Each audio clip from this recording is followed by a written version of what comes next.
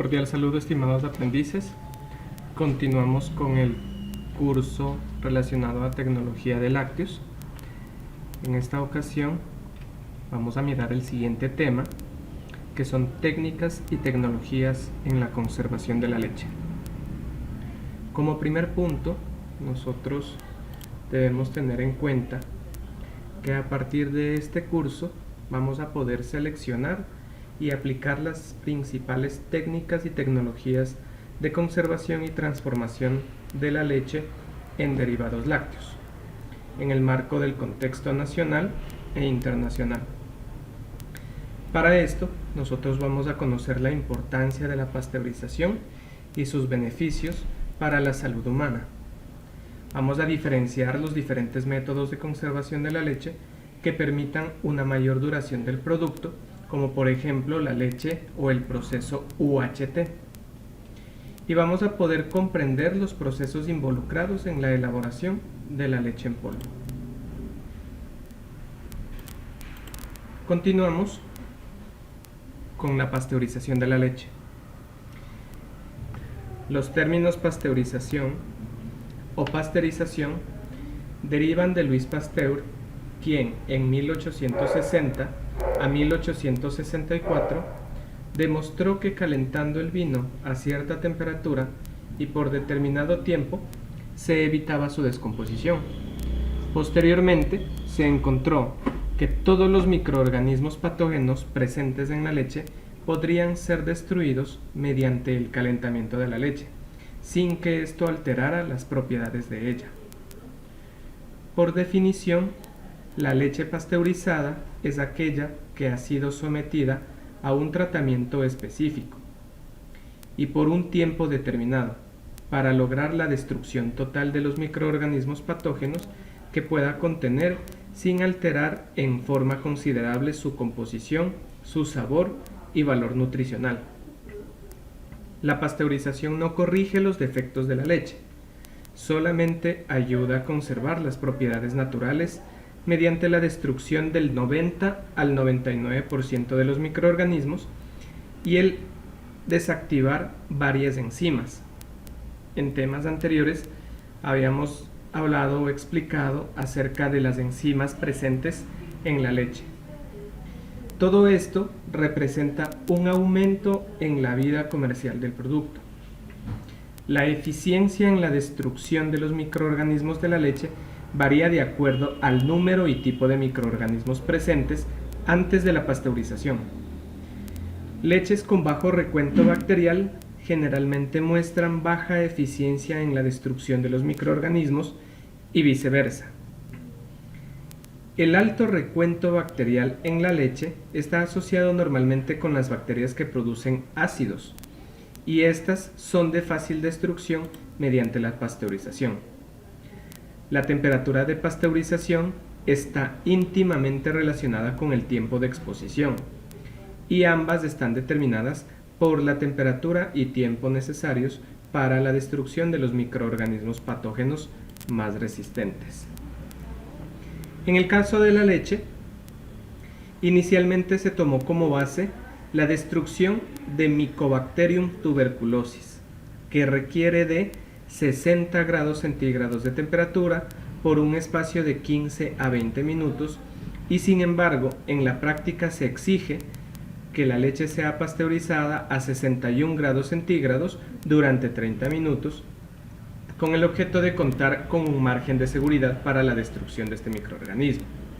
En la actualidad existen varias combinaciones de temperatura y tiempo de exposición según el método de pasteurización basado en la destrucción de Coxiella burnetii, que es un microorganismo más resistente que el Mycobacterium tuberculosis. Dentro de los métodos de pasteurización existen varios para tratar la leche con el fin de destruir los microorganismos patógenos que se encuentran en ella. Y a pesar de que algunos se apartan del método de Pasteur, también se les denomina inapropiadamente métodos de pasteurización. Algunos casos, aunque sigue el método de Pasteur, lleva el nombre que se ha modificado el proceso u otro nombre. Dentro de los métodos, hablando de manera general, nosotros tenemos el diagrama que se está presentando. Existe un ingreso de leche fresca. Nosotros sabemos, y de acuerdo al decreto de la clase pasada, determinamos que la leche después del ordeño tiene que ser enfriada. Debe tener una cadena de frío hasta llegar a la planta donde se va a procesar o donde se va a pasteurizar.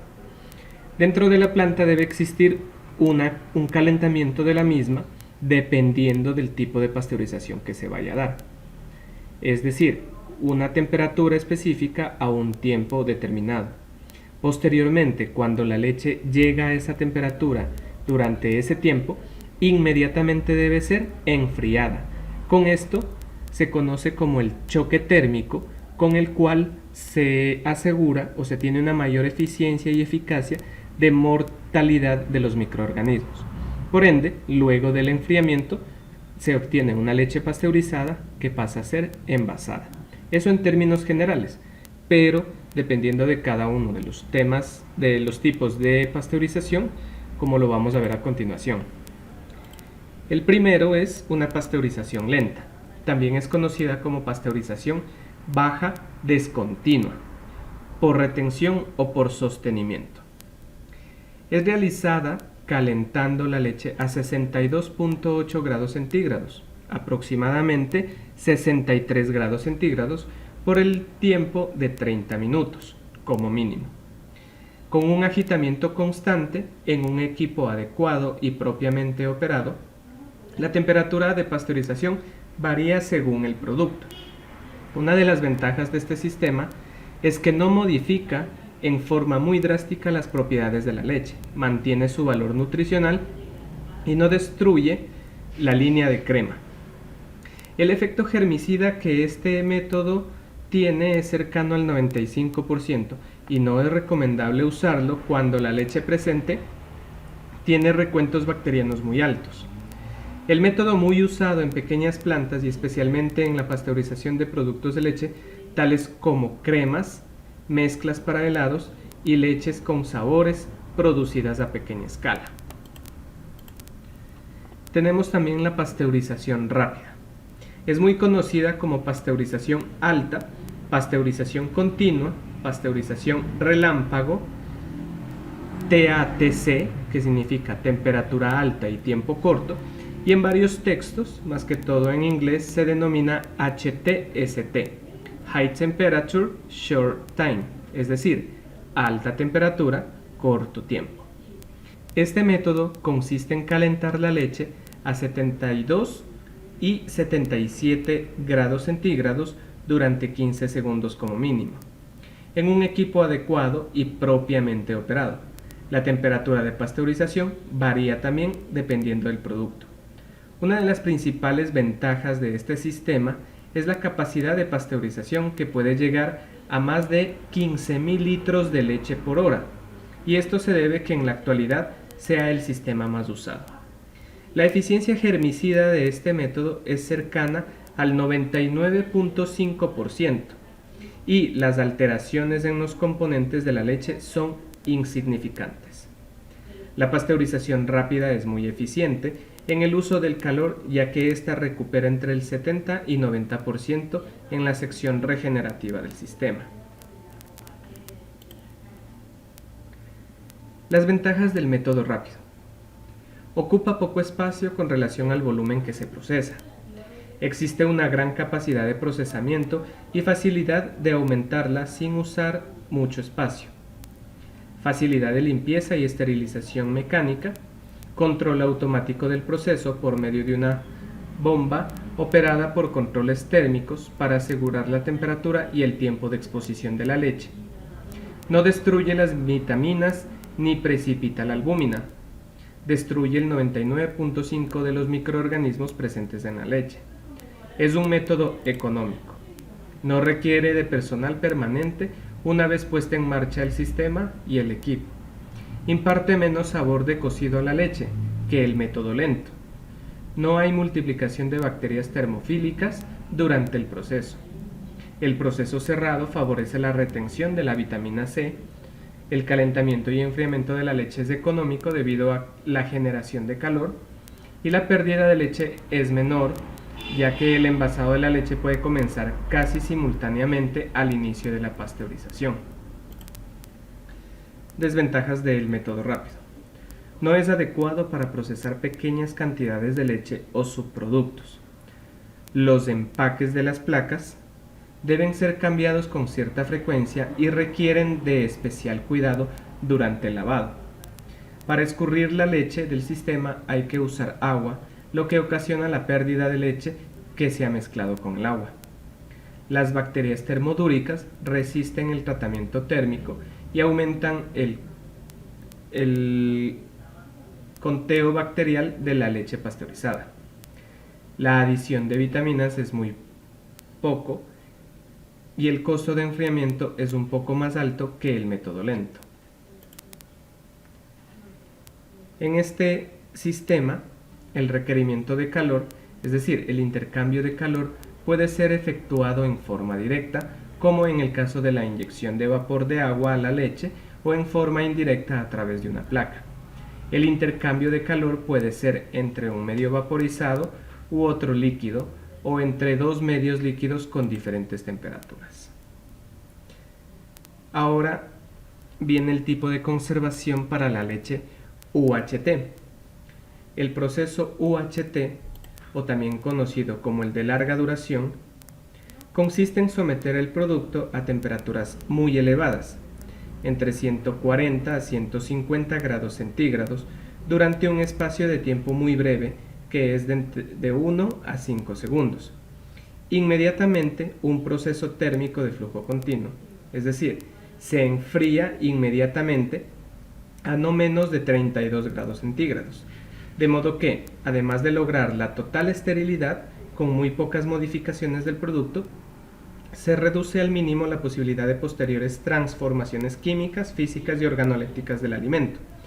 El tiempo válido para su consumo son de varios meses, por lo general 6 meses, y que es mucho más alto que la pasteurización lenta o rápida, que son de pocos días a máximo 2 semanas.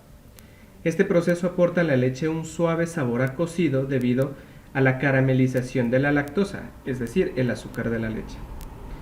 Los objetivos del tratamiento UHT es obtener un producto libre de microorganismos y toxinas dañinas para la salud, que permanezca estable durante un periodo largo de tiempo, sin refrigeración.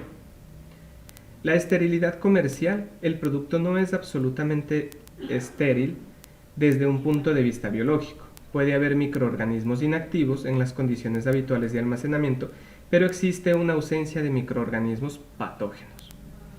Los tipos de tratamientos de leche UHT, hay dos tipos de tratamiento. El primero es un tratamiento directo, es decir, el producto y el fluido calefactor entran en contacto directo, por lo general vapor de agua.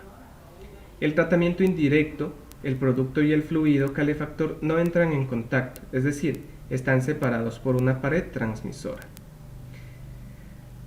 El envasado aséptico en este proceso impide la contaminación.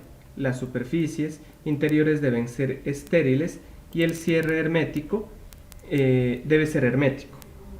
Los principales problemas microbiológicos de la leche UHT existen dos específicamente. La leche cruda tiene presencia de esporas y para poder asegurar en este tratamiento se deben utilizar temperaturas más elevadas o tiempos más amplios, por lo que la leche puede quedar tostada o bien se puede recurrir a un tratamiento directo, pero aumentan los costos de producción. Existen diferentes microorganismos como los Bacillus cereus, los Bacillus subtilis, los Bacillus stearothermophilus o los Bacillus thermodurans. Son microorganismos que pueden estar presentes en la leche, pero que en el proceso UHT pueden morir.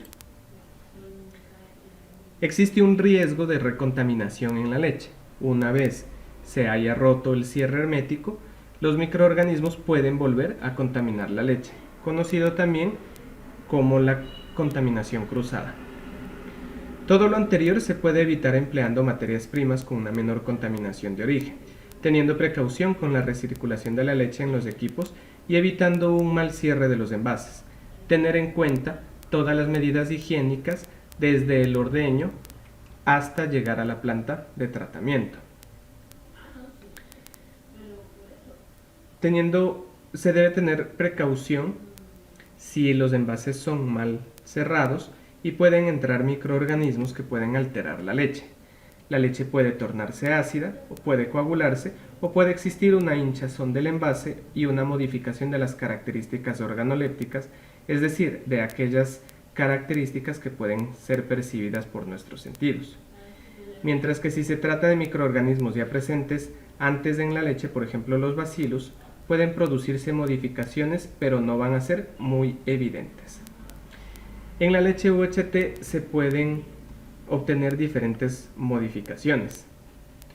La grasa apenas se modifica, las proteínas se debe hacer una distinción, por ejemplo la caseína apenas se modifica, las proteínas séricas se modifican parcialmente, existen reacciones de Maillard, es decir, formación de complejos entre la lisina y la lactosa que dan unos colores a crema, la formación de hidroximetilfurfural, la cual puede continuar durante el almacenamiento. Este compuesto es cuando la leche se puede quemar.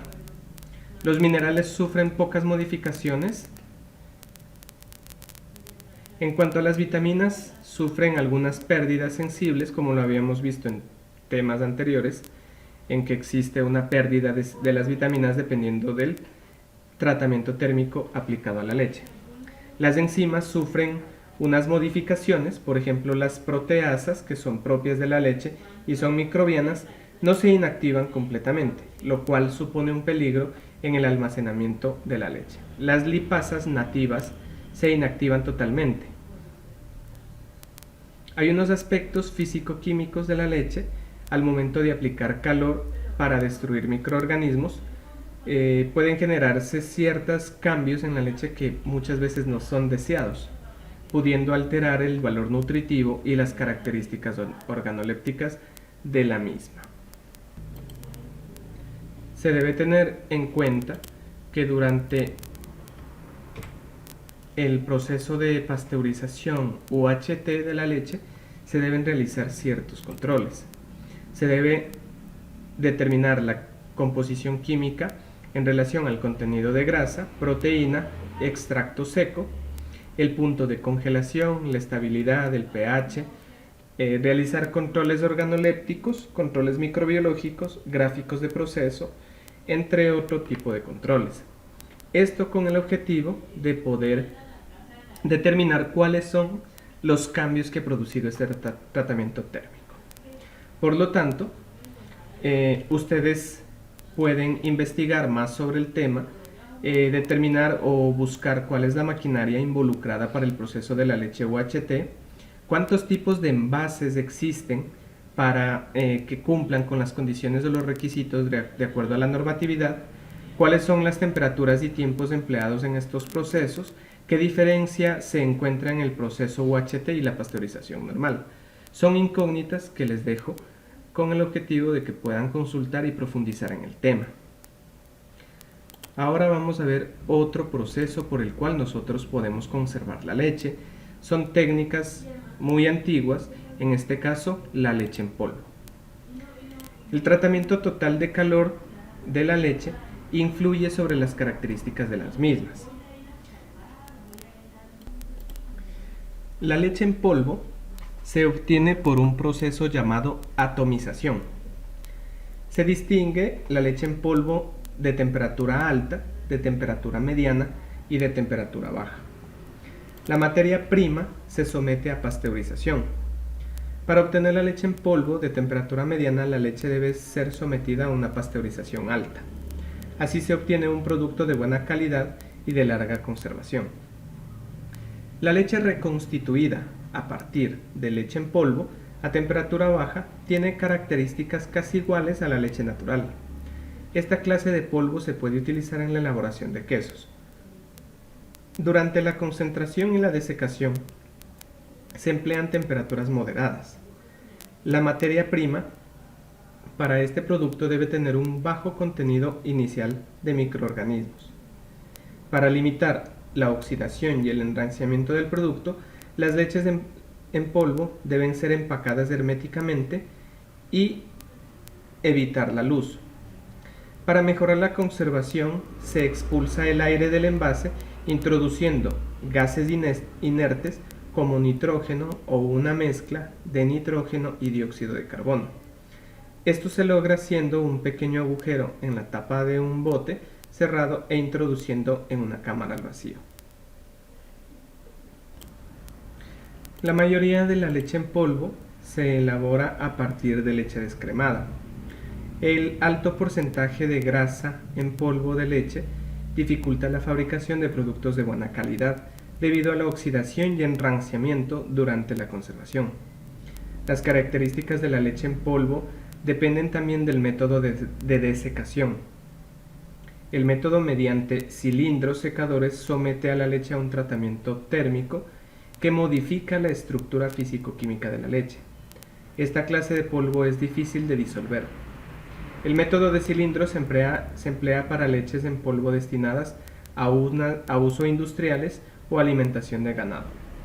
Para obtener leche en polvo de calidad se aplica el método de atomización, como lo ven en pantalla.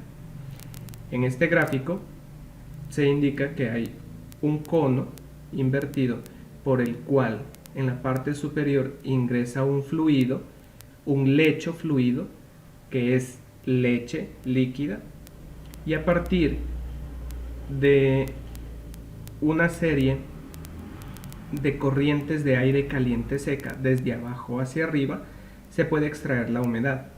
Los sólidos presentes en la leche forman gotitas pequeñas para poder ser aglomerados en la parte inferior. Posteriormente van a ver dos videos en donde les indican industrialmente cómo se elabora este producto. Este tipo de método consume el doble de energía que el utilizado mediante cilindros, por la extrema finura de las gotas pulverizadas. La desecación es muy rápida. Por otro lado, el calentamiento del producto se limita a la evaporación instantánea del agua. Por esto se consigue una leche en polvo estructuralmente poco modificada. El tamaño de las partículas del polvo influye notablemente en las características de solubilidad y conservación. El equipo para poder realizar la desecación de la leche líquida para transformación en leche en polvo se llama spray dryer, es decir, secador por aspersión, que es el equipo que estoy mostrando en la diapositiva. La partícula líquida, que está compuesta por agua y por sólidos totales, al momento de ingresar a este tambor choca con una corriente de aire seco, la cual produce el secado casi instantáneo de las gotas que contienen los sólidos totales. En ese momento se forma un polvo homogéneo cuyo grado de humedad puede ajustarse de acuerdo al valor deseado. Los productos envasados, los productos obtenidos a partir de este método, deben ser en cajas de hojalata perfectamente cerradas para prevenir la alteración de la materia grasa, es decir, la oxidación de la misma. Envasar con un gas inerte, por lo general se utiliza gas carbónico, esto con el objetivo de evitar la oxidación de las grasas. El envase debe asegurar una total protección contra contaminaciones, absorción de humedad y acción de la luz. No se conservan con tanta facilidad como la leche condensada. Por otra parte, el tiempo que se puede conservar depende de la clase de leche con que fue preparada.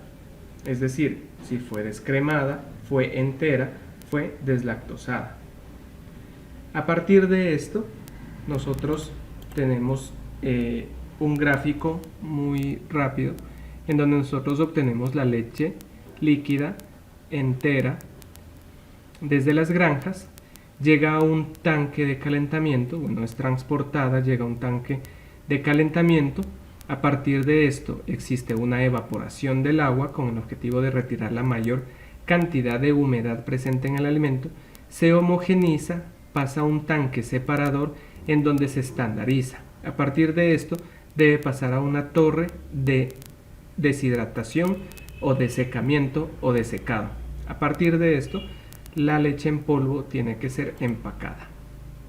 Listo. A partir de esto, nosotros tenemos unos videos para que ustedes puedan realizar una pasteurización casera, ¿sí? Todo lo que hemos visto ha sido temas industriales.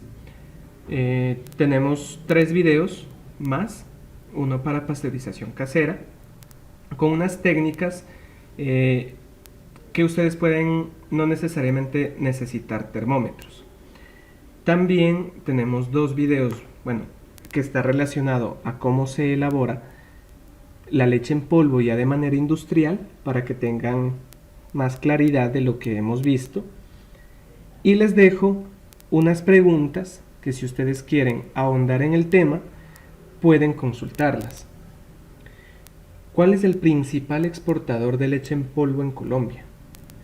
Nosotros exportamos o importamos leche en polvo. ¿Cuál creería usted que son las características físico-químicas que se pierden en la leche durante el proceso de deshidratación?